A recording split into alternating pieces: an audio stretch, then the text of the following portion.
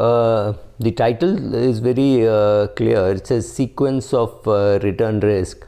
Do you know what is sequence of return risk? Today I will talk about sequence of return risk and what is the solution. Welcome to Subramani. And in retirement there are two stages. One is the accumulation stage and one is the withdrawal stage, and they are very different. One is like putting the man on moon, and second is like bringing him down, right? So completely different strategies. And if you don't know the second one, you cannot do the first portion. If you can't put a man on moon and then say, we don't know how to bring you down, we know only how to put you, that can't happen. So only after you have mastered the art of bringing the person down can you put him in the moon, put him on the moon, right?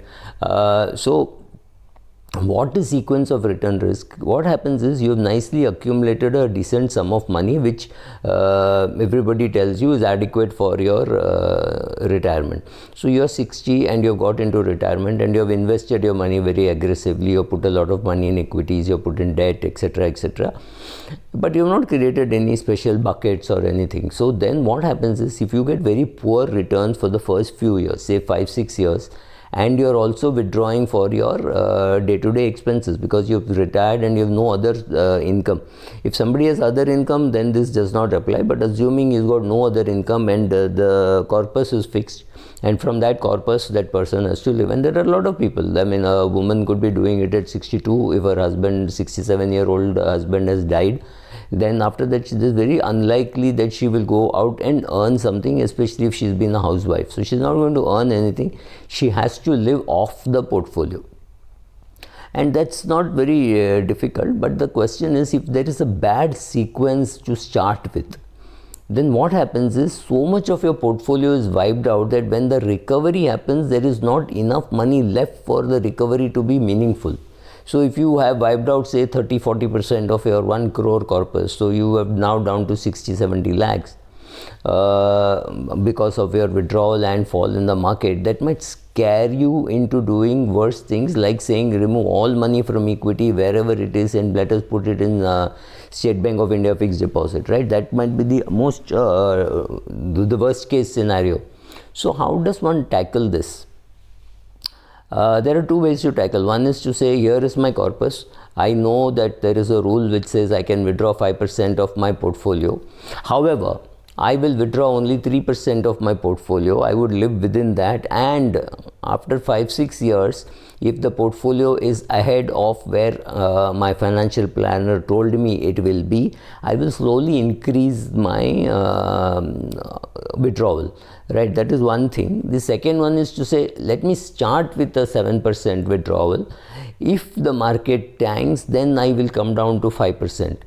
I don't know, I prefer the earlier one, because in the second case, what is likely to happen, that 7% which you have withdrawn and the fall in the market will accentuate the fall in your portfolio. Your portfolio would come down like this.